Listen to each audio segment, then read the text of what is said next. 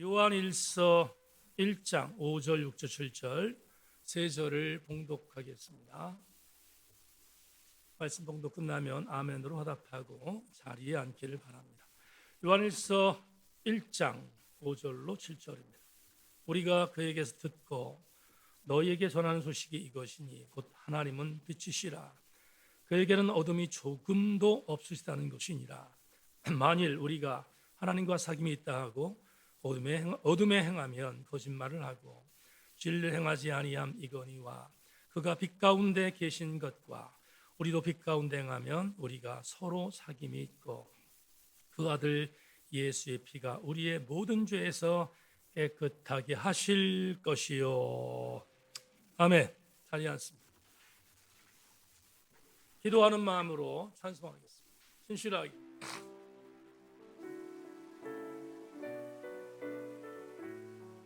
찬양하고 말씀 나눕니다.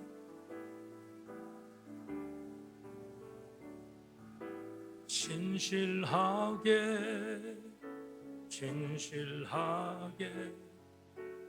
거룩하게 살게 하소서.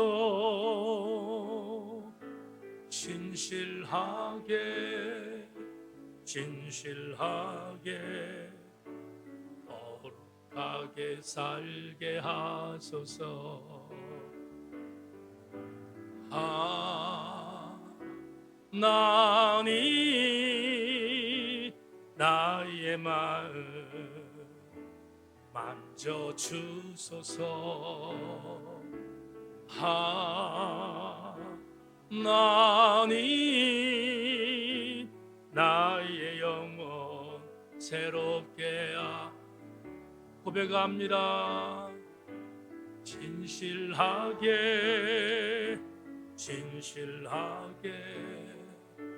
거룩하게 살게 하소서. 진실하게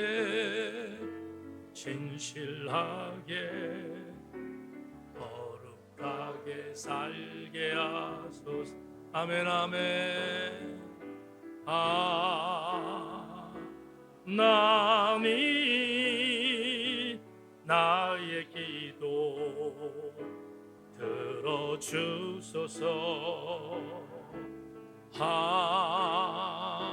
하나님 나의 로 우리 1절 다시 한번 하고 말씀 나눕니다. 주님 진실하게 거룩하게 살게 하소서.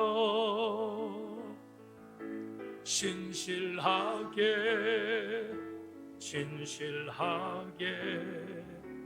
거룩하게 살게 하소서.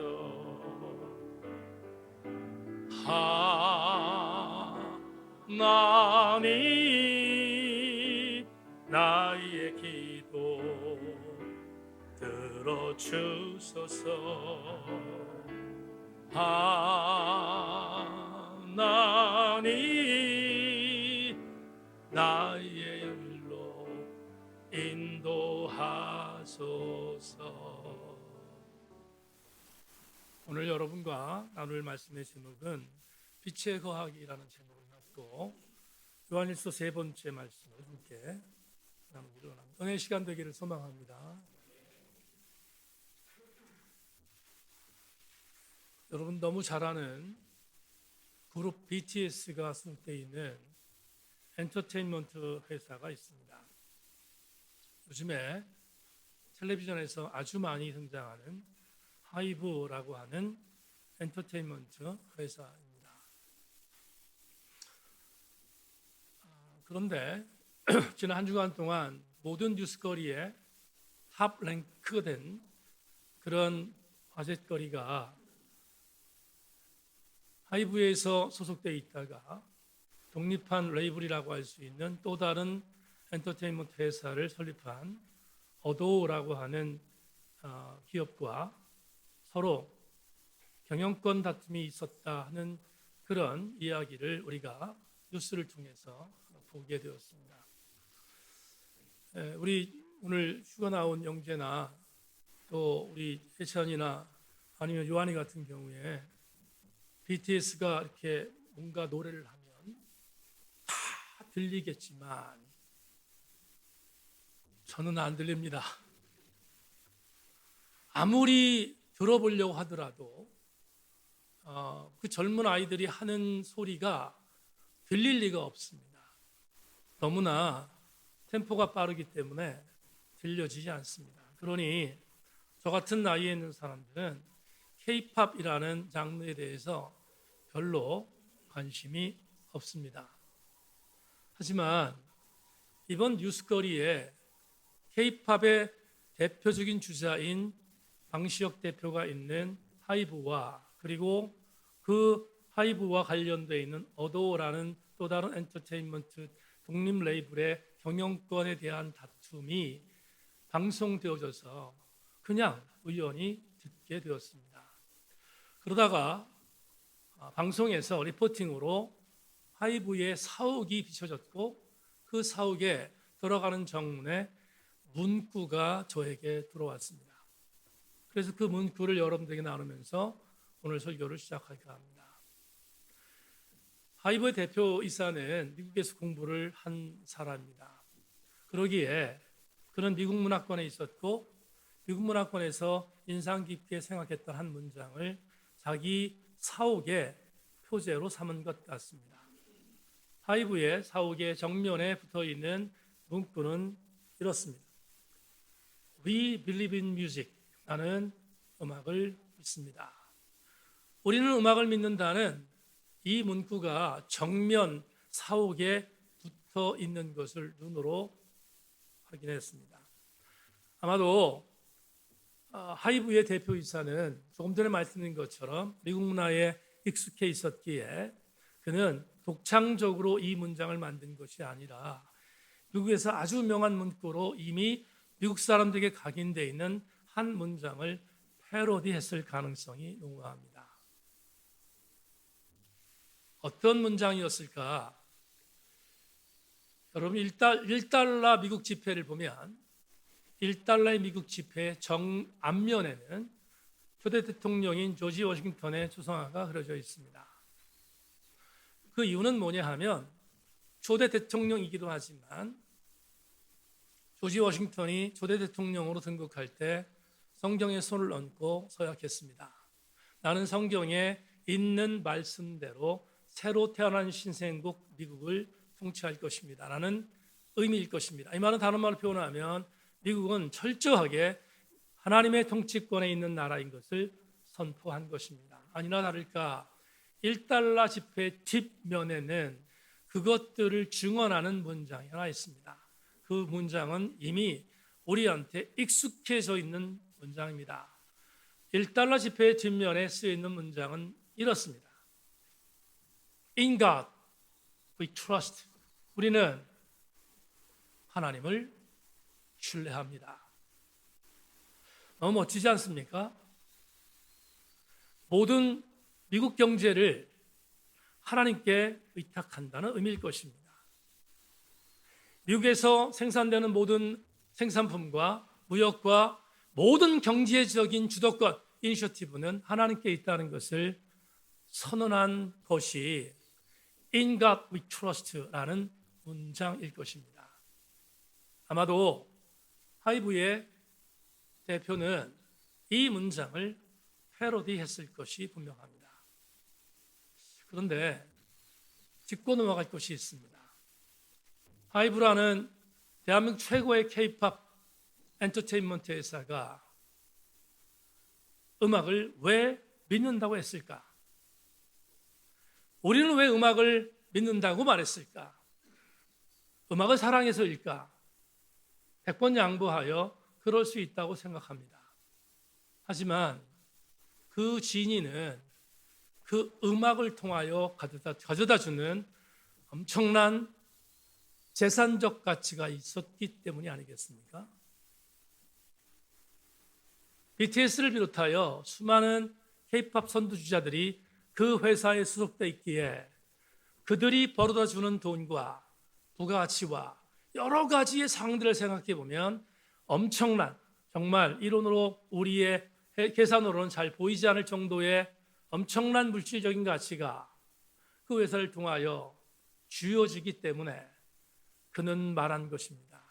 우리는 음악을 믿는다고. 그러면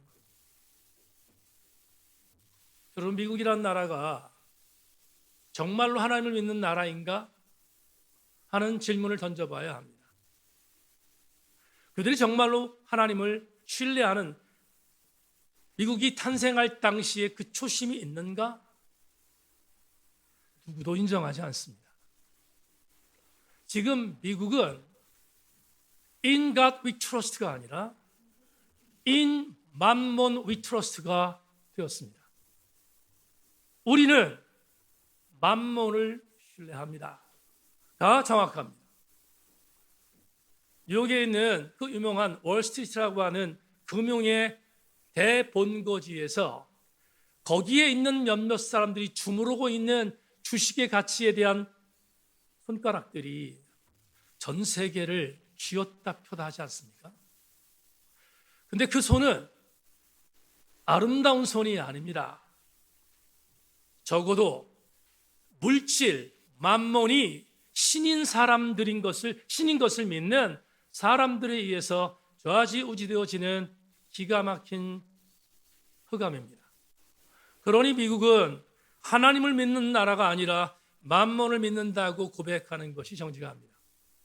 마치 하이브가 음악을 사랑하는 것은 음악을 사랑하는 것이 아니라 음악 뒤편에 주어지는 물질적인 가치를 사랑하는 것과 일맥상통합니다.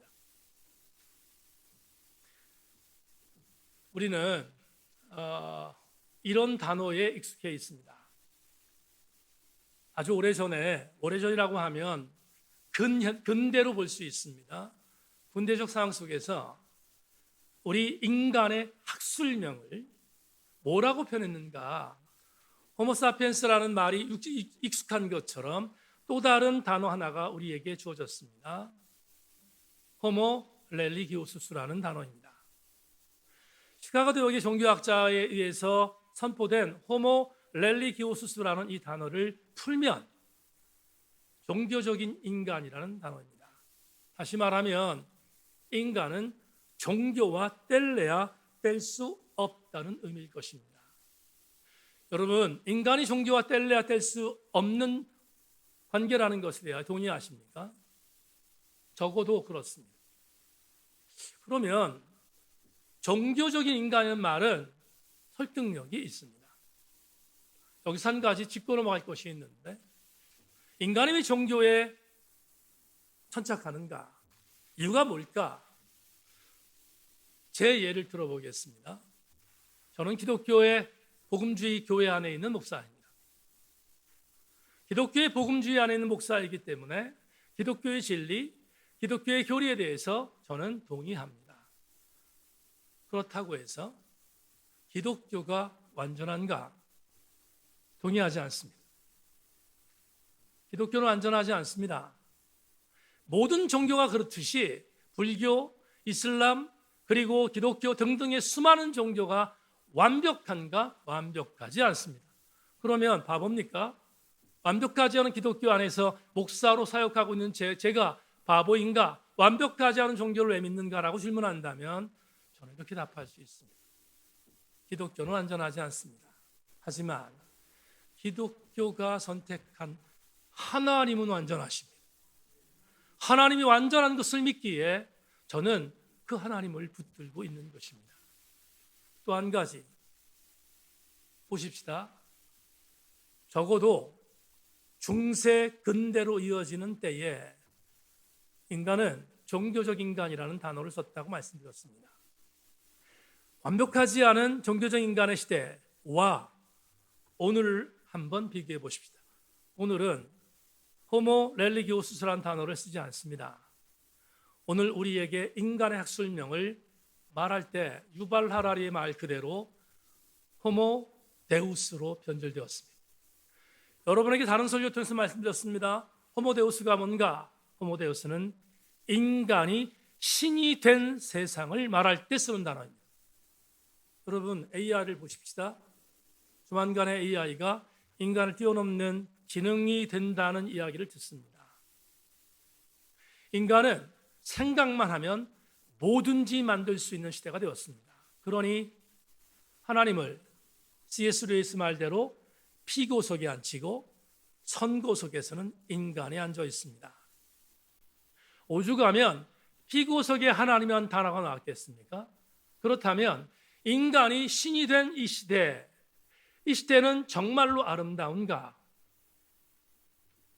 여러분에게 이렇게 오늘 본문으로 가기에 앞서서 이 말씀을 드립니다.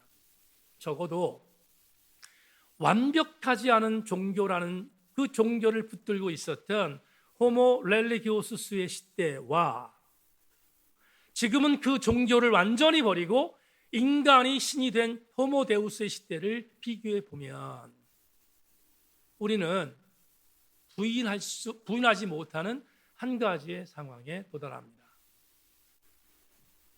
종교는 완벽하지 않습니다.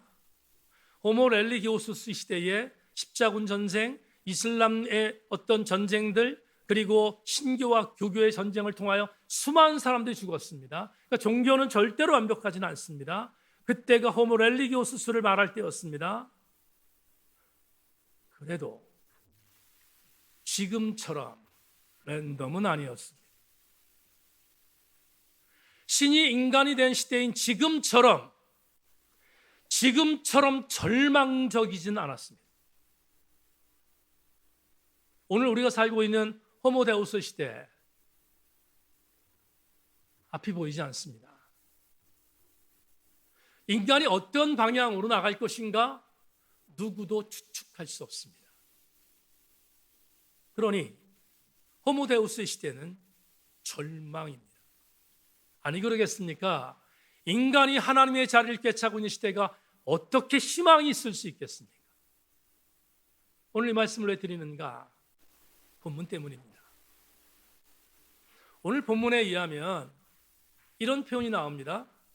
여러분, 종교적인 인간이 신이 된 인간으로 바뀌는 변질된 세상에 오늘 우리가 도달했다고 말씀드렸습니다. 그런데 오늘 본문은 다른 단어이지만 기가 막힌 적합한 적용이 가능한 메시지가 등장합니다.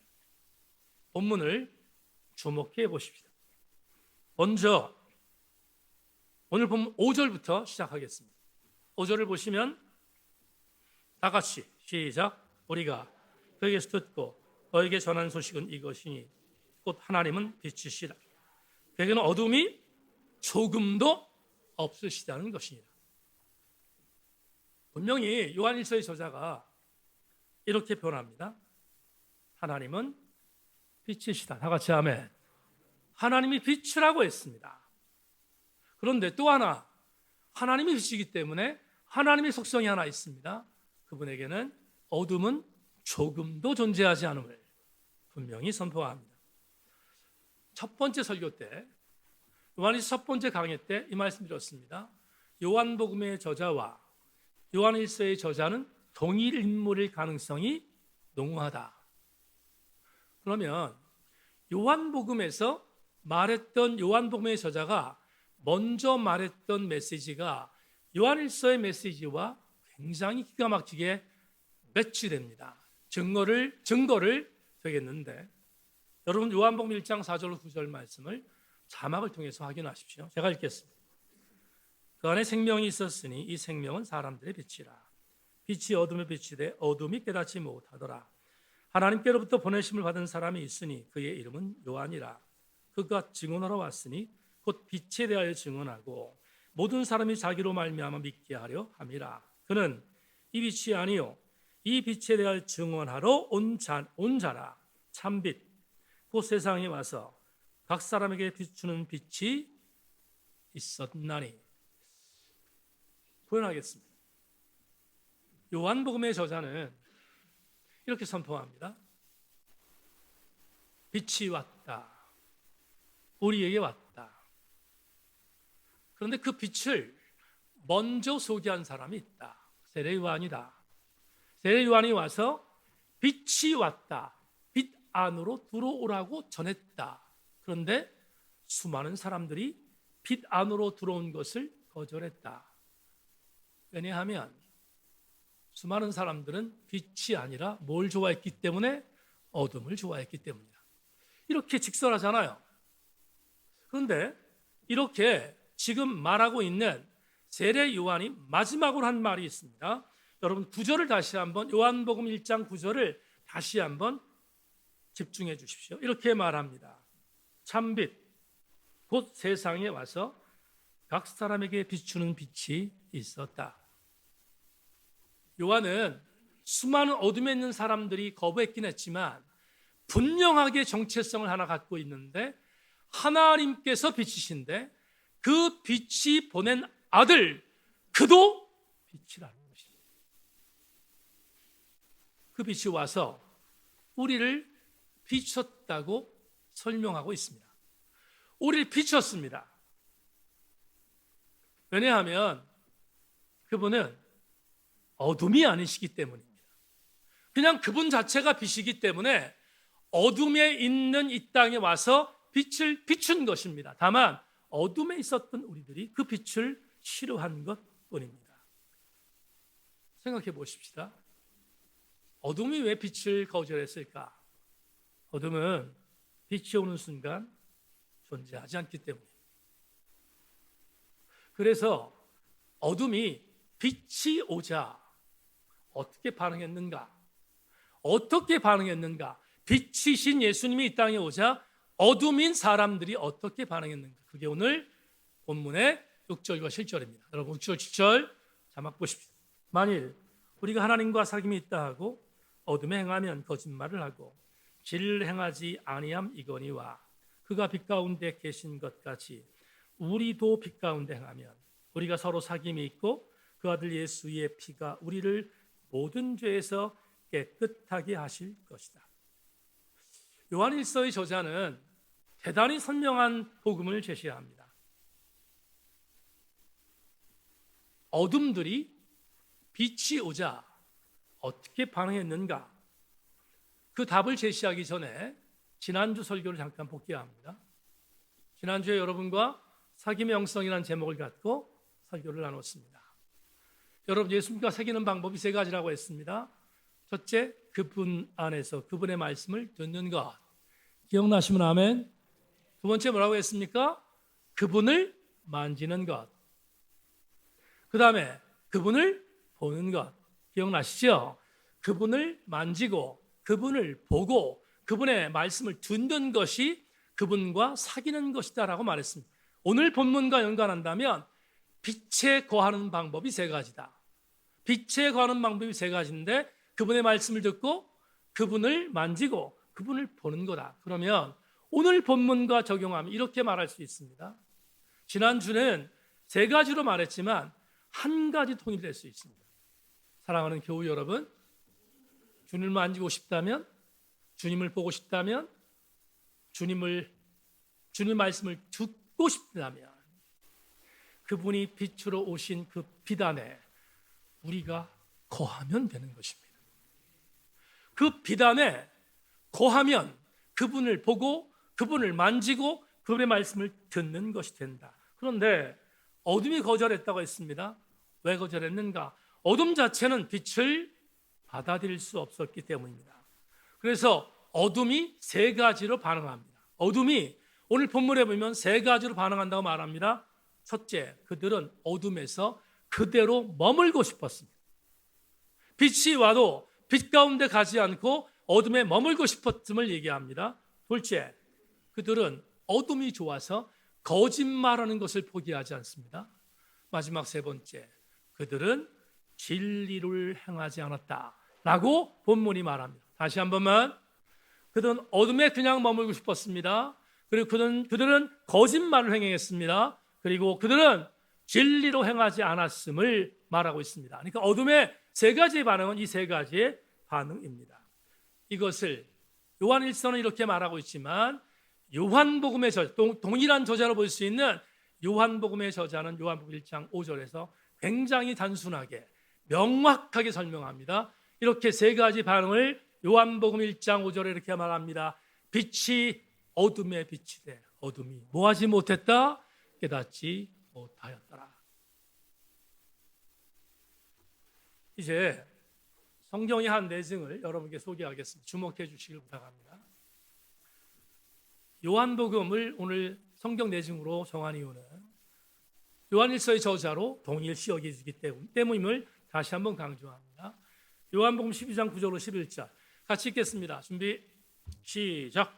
유대인의 큰 무리가 예수께서 여기 계신 줄을 알고 오니 이는 예수만 보기 위함이 아니요 죽은 자 가운데 살리신 나사로도 보려 함이라.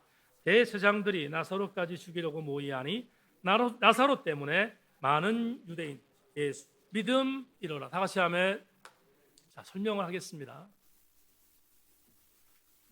베단에 살고 있었던 예수님의 친구였던 나사로가 죽었습니다.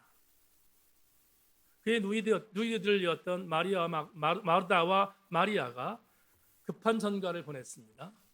좀 늦게 도착했지만 여하튼 베단에 살고 있었던 예수님의 친구는 죽은 지 사흘 만에 주님께서 극적으로 살리시는 기적이 성경에 기록되어 있습니다. 살아난 것입니다. 그러자 그때나 지금이나 죽은 자가 살아났다는 것은 정말 획기적인 일입니다. 있을 수 없는 일입니다. 그 소식이 이스라엘 전역에 퍼졌습니다. 단순히 베다니엘에서만 일어난 일이 아니라 예수님에 대한 소문은 전 이스라엘을 강타했습니다. 예수님의 소문이 급물살을 타고 노도와 같이 이스라엘 전 지역을 강타했습니다. 그러자 베다니는 너무 자연스럽게 신원지가 되었습니다. 기적의 신원지. 그러자 본문에 조금 전에 읽었던 요한복음 12장에 있는 이 말씀을 보면 수많은 인파들이 베다니로 몰려들었다라고 기록합니다. 너무 당연한 일입니다. 왜 수많은 사람들이 베다니로 몰려들었을까? 두 가지 이유 때문입니다. 오늘 설교는 어렵지 않습니다. 첫째, 죽은 자를 살렸다는 예수, 그 예수를 보고 싶었기 때문입니다. 두 번째, 예수만 보고 싶었던 것이 아니라 예수가 다시 살린 나사로가 진짜 살았는가를 확인하고 싶었습니다. 그래서 몰려들었습니다. 그리고 요한복음 12장은 증언합니다. 베다니에 수많은 사람들이 몰렸는데 몰려서 보니까 지금 죽은 지 사흘 되었던 나사로가 살아서 활동하고 있는 것을 눈으로 보았습니다. 이해하셨지요? 눈으로 보았습니다. 그뿐입니까? 그 나사로를 살렸던 그토록 모든 사람의 뉴스거리가 된 예수도 보았습니다. 둘 다 보았습니다. 그러자 요한복음 10장의 증언은 이렇게 말합니다. 온 요한일서의 저자로 여겨지는 이 요한복음의 저자는 12장에서 이렇게 말합니다. 이들이 예수를 보고 예수가 살린 나사로를 보고 그들이 예수를 믿기 시작했다라고 말합니다. 다 같이 아멘. 예수 그리스도를 믿기 시작했다고 했습니다. 너무 당연합니다. 오늘도 누군가가 누구를 살렸다면 그 사람은 신적인 존재로 추앙받을 수 있는 가능성이 100%인 것처럼 예수님을 보고 예수가 살린 나사로를 보자 그들이 믿기 시작했다고 고백합니다. 여기까지 해피엔딩입니다. 왜 그렇습니까? 예수를 믿었다는 말은 이 말입니다. 여러분. 호모 렐리기오스의 은혜 속에 있었던 자들이 호모 데우스의 시대에 변질되어 하나님 버렸던 것과는 정반대로 예수 그리스도라는 그분을 믿는 믿음의 현장이 지금 접목되고 있다는 거잖아요. 그러니까 종교인들은 당연히 유대인들은 이 상을 봤으면 뭐 해야 됩니까? 박수 쳐야 합니다. 좋은 일이니까. 죽었던 자가 다시 살아난 일은 기쁜 소식이잖아요. 그러니까 박수 쳐야 합니다. 수많은 사람들이 박수치고 예수를 믿기 시작했음을 증언합니다. 다 그런가? 미안합니다. 그렇지 않습니다. 예외가 있었습니다. 죽은 자가 다시 살아났다는 걸 보고 수많은 사람들이 예수를 믿기 시작했다는 광경을 보았던 이들 중에는 예수 그리스도가 죽어졌으면 좋겠다 생각했던 사람, 그들이 있었습니다. 그들은 말할 것도 없이 대제사장들이었습니다. 대제사장들은 예수가 베다니에서 지금 나사로를 살렸다는 그 사실이 몹시 정말 힘들었습니다. 저 예수가 우리의 기득권을 흔들고 있어. 우리는 못하고 있는데 저 예수가 우리의 종교의 기득권을 흔들고 있어라고 생각했습니다. 그리고 그들은 예수를 죽이기로 생각했습니다. 대제사장들이라는 복수명사를 쓴 이유를 설명합니다. 당시에 이스라엘 산헤드린 공의회를 지배하던 정교 지도자들 중에 대제사장은 두 사람이었습니다. 한 사람은 예수님을 신문하여 십자가에 못 박도록 만들었던 주인공 가야바입니다. 가야바가 한 사람입니다. 그런데 또 한 명의 대제사장이 있습니다. 상징적인 인물입니다. 그는 가야바의 장인이었던 안나스입니다. 안나스가 가야바에게 세습했습니다.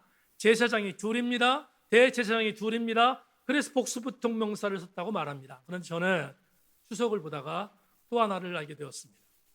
물론 두 사람을 말하기에 대제사장들이라는 복수부통명사를 썼지만 어떤 신학자가 이렇게 말합니다. 제사장 두 사람, 가야바와 안나스가 통치하고 있었던 산헤드린 공의회 회원들, 유대의 종교적 지도자들은 71명이었습니다. 71명, 전부를 가리키는 상징적인 단어가 대제사장들이라고 해석했습니다. 그러면 복수가 맞지요? 맞습니다. 이들은 왜 몹시 신경질적으로 반응했는가? 이유는 간단합니다. 예수가 본인들이 갖고 있었던 산헤드린 공회의 종교적 기득권을 뒤흔들었기 때문이에요. 그냥 놔두면 본인들의 자리가 없어집니다. 위태롭습니다. 그래서 그들은 예수를 죽이기로 결심한 것입니다. 자, 100번, 1000번, 만번 그럴 수 있다 칩시다. 그런데 한 가지 경악할 만한 사실이 나옵니다. 어떤 사실입니까? 예수를 죽이려고 하는 것까지는 정말 100번, 1000번, 만번, 10만 번 양보하여 그럴 수 있다 칩시다. 자리를 빼앗기니까. 근데 이들이 얼마나 악했는지 요한복음 12장은 증언합니다. 이들은 예수만 죽이려고 하지 않았고 누구도 나사로도 죽이려 합니다. 왜 나사로를 죽이려 했습니까? 나사로를 죽여야 할 이유가 뭡니까? 예수만 죽이면 해결될 수 있는데 왜 나사로까지 죽이려고 했을까? 이유는 간단합니다. 예수가 기적을 베풀었던 증거가 없어져야 산헤드린 공의회는 흔들리지 않았기 때문에 이것을 저는 여러분에게 오늘 이런 방법으로 적용하고 싶습니다.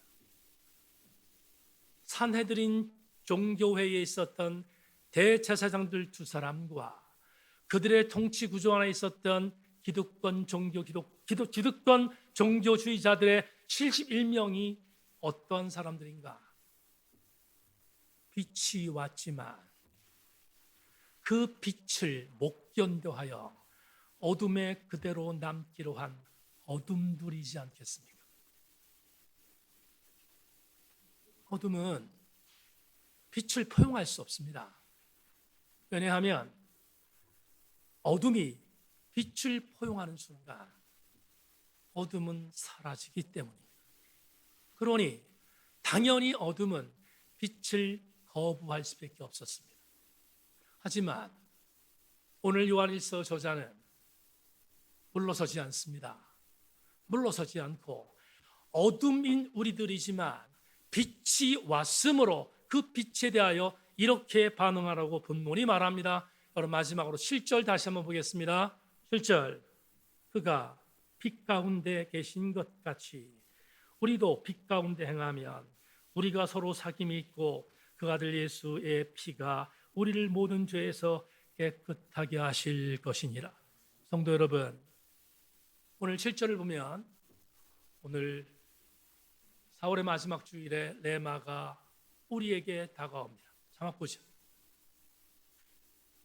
오늘 설교는 어렵지 않다고 했습니다. 성도 여러분, 우리가 빛으로 오신 예수 그리스도를 모셔드리고 그 예수 그리스도를 따라 섬기는 삶은 한 가지입니다. 그건 빛 가운데 거하는 것입니다. 빛 가운데 거하라. 이것이 정답입니다. 여러분, 빛 가운데 거한다는 말이 조금은 피상적입니까? 추상적입니까? 그럼 여러분에게 빛 가운데 거하는 것이 뭔지에 대하여 설명한 성경적인 부분의 구체성을 소개하고 설교를 마무리하겠습니다. 로마서 13장 12절로 14절 말씀 같이 읽겠습니다. 이게 빛 가운데 거하는 것에 대한 구체적인 내용이기 때문에 그렇습니다. 같이 읽습니다. 시작. 밤이 깊고 낮이 가까웠으니 그러므로 우리가 어둠의 일을 벗고 빛의 갑옷을 입자. 낮에와 같이 단정해 가고 방탕하거나 술에 취하지 말며 음란하거나 호색하지 말며 다투거나 시기하지 말고 오직 주 예수 그리스도로 옷 입고 정욕을 위하여 욕심을 도모하지 말라. 아멘, 아멘. 그렇습니다. 이것처럼 여러분 구체적인 빛 가운데 거하는 해석이 또 어디 있겠습니까? 오죽하면 초대교부 신학자인 어거스틴이 이 말씀 때문에 변화되었겠습니까? 정답입니다. 이렇게 살아야 합니다. 여러분, 이번 주간부터 로마서 13장 12절로 14절까지 말씀처럼 살아내는 교우들 되기를 주의 이름으로 소망합니다. 그러나 설교를 마무리하면서 오늘은 다른 스펙트럼 하나를 전하고 설교를 맺을까 합니다. 육신의 일을 도모하지 말고 정욕을 도모하지 말고 낮에와 같이 단정해 가는 것, 그게 빛에 거하는 것이라고 했습니다. 그렇지만 우리 새인교회 교우들에게 오늘은 한 가지 굉장히 선명한 방법론을 제시하고 설교를 맺겠습니다. 로마서 13장 12절 14절 말씀 읽었습니다. 이렇게 사는 것이 쉽습니까? 어렵습니까? 우리 툭 까놓고 얘기합시다. 쉽습니까? 어렵습니까? 어렵습니다. 쉽지 않습니다. 그러나 쉽지 않은 일을 접근하여 그렇게 살아가는 방법을 한 가지로 제시하면 해볼 만합니다. 오늘 그것을 설교 마무리에 메시지로 여러분들에게 드리기를 원합니다. 목요일마다 담임 목사 셀 사역을 합니다. 그날 우리가 함께 나누었던 것은 이재철 목사님 새신자반 8과 예배란 무엇인가를 나누었습니다. 함께 저하고 속으로 하셨던 분들은 알겠습니다만 항상 읽는 텍스트를 주고 그 텍스트를 읽은 뒤에 교우들이 먼저 나누고 제가 마지막으로 부연 설명한 뒤에 커멘트함으로 셀 사역을 마치는데 그날 예배란 이란 이 제목을 갖고 읽은 뒤에 세론들이 이런저런 이야기를 나누었습니다. 그날 첫 번째 커멘트를 했던 오늘 일부 예배 나서 예배를 드리고 참석한 김지한 집사가 이렇게 나누었습니다. 그가 김 집사가 했던 말을 문장으로 제가 한번 바꿔봤습니다. 목사님 이번 8과에서 정말 많은 은혜를 받았습니다. 특히 번제에 대한 해석으로 적용한 예배자의 모습은 정말로 압권이었습니다. 저는 우리 세인교회의 모든 지체들이 새신자반을 아무리 늦어도 5년에 한 번씩은 반드시 다시 읽고 재훈련 받을 만한 충분한 가치가 있는 텍스트라고 생각합니다. 5년에 한 번. 한 번 더 읽겠습니다. 저는 우리 세인교회의 모든 지체들이 새신자반을 아무리 늦어도 5년에 한 번씩은 반드시 다시 읽고 재훈련을 받을 만한 충분한 가치가 있는 텍스트라고 생각합니다. 끝까지 아멘들 안 한 이유가 뭐야 도대체? 김 집사가 이야기를 한 이유가 있습니다. 김 집사는 이렇게 말합니다. 특히 번제의 방법에 나오는 것처럼 제물의 손과 다리를 절단하고 껍질을 벗기고 그리고 안에 있는 내장도 제거하고 가장 귀한 부분을 하나님께 드리며 불에 태워드리는 번제가 주는 현대적인 메시지가 그러므로 예배하는 자는 자기를 완전히 부인하고 자기를 죽이는 시간이 바로 예배 시간이며 예배자의 모습이라는 가르침에 전율했습니다. 이 예배자의 모습을 나도 민감하게 견지하고 내 딸에게도 이런 태도로 예배하도록 지혜롭게 가르칠 예정입니다. 김 집사의 코멘트를 듣다가 예뻤습니다. 그리고 감동이 됐습니다. 그리고 정말 그녀의 고백이 아름다웠습니다. 오늘 일부 예배 때 얘기했습니다. 이렇게 고백한 고백에 대한 내용을 고백한 사람이 책임지는 것은 앞으로 그의 삶의 모습을 통해서 적용될 것이라고 말했습니다. 아마 김지한 집사는 대단히 큰 각오를 갖고 그렇게 출발할 것이 분명합니다. 하지만 저는 그 얘기를 듣고 함께 담임 목사 셀에 있는 지들과 함께 또 하나의 감동을 전하지 않을 수 없었습니다. 왜냐하면 세상 말로 쐐기를 받고 싶었기 때문입니다. 제가 그날 지체들과 또 한 번 얘기했던 것은 번제가 아니라 소제였습니다. 이재술 목사님의 텍스트에 나오는 소제를 그대로 읽어드립니다. 소제는 곡물을 예물로 삼되 그 곡물을 반드시 고운 가루로 빻아야 했다. 조그만 덩어리가 있어서는 안 된다. 미세한 분말이 들 때까지 갈아야 한다. 제사를 드리는 자는 그처럼 곡물을 갈면서 자기의 생각과 뜻을 몽땅 함께 가는 것이다. 그러나 그것만으로는 부족하다. 그 위에 고운 가루와 유향을 더했다. 보통 기름이 아닌 고운 기름과 유향은 모두 귀함의 상징이다. 예배는 우리의 뜻과 생각을 말씀의 절구통에 넣어 빻고 가는 시간이다. 빛에 거한다는 레마를 여러분이 전하면서 왜 갑자기 예배 얘기를 할까? 오늘 예배 참석한 교우 여러분, 어둠에서 이탈하여 빛에 거하기 위해서는 빛 대신 그분께 예배할 때만 가능합니다. 그냥 예배가 아니라 빛 대신 그분께 거하기 위하는 아름다운 예배를 드리기 위해서는 전제할 게 있습니다. 나의 가장 소중한 것들을 태워버리고 나의 가장 미묘한 내 자아를 완전히 갈아내야 합니다. 그러지 않고는 주님의 빛에 거할 수 있는 예배를 드릴 수 없습니다. 제가 지금 6학년 4반입니다. 6학년 4반에 돌입한 지체들이 우리 교회에 있습니다.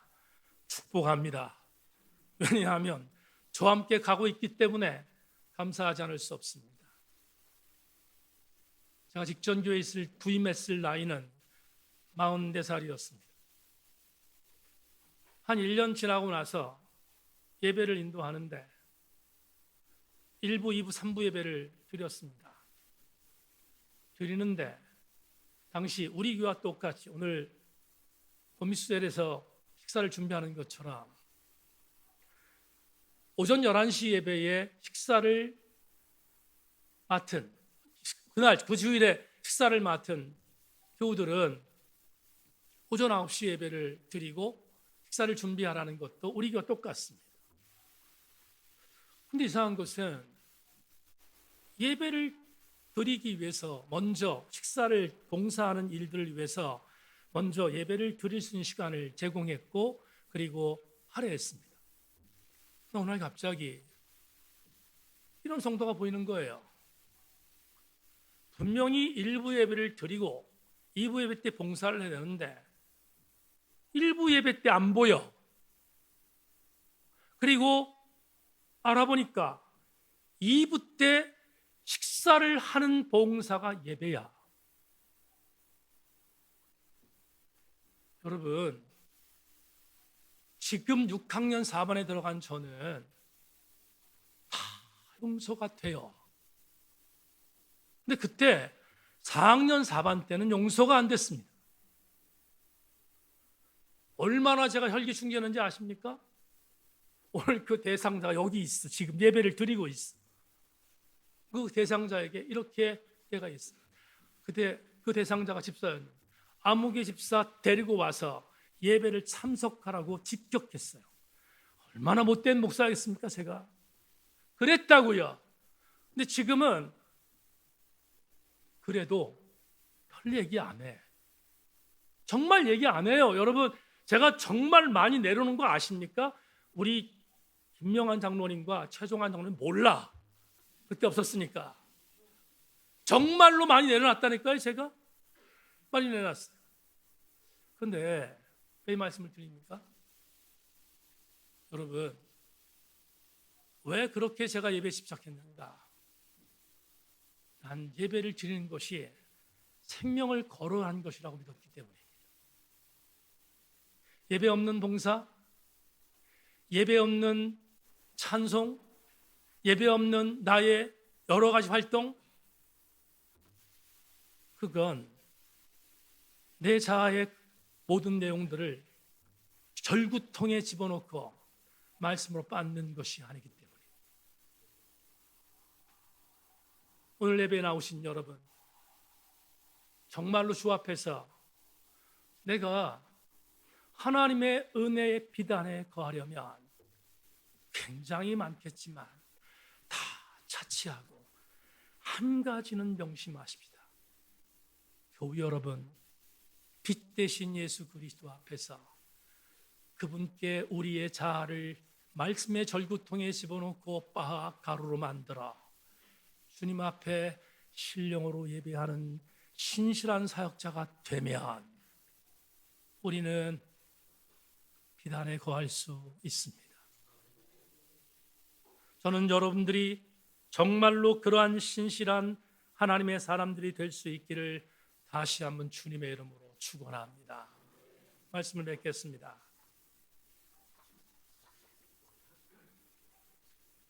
얼마 전에 영국이라는 나라에 대한 소개를 받은 적이 있습니다. 영국이라는 나라, 종교개혁지 발상지 중에 하나입니다. 그런데 그 영국이라는 나라가 해군력이 가장 강력했을 때 해가 지지 않는다고 찬사를 받았던 나라입니다. 그런데 말입니다, 실상은 해가 지지 않는 나라 영국은 1년에 3분의 1만 해가 뜹니다.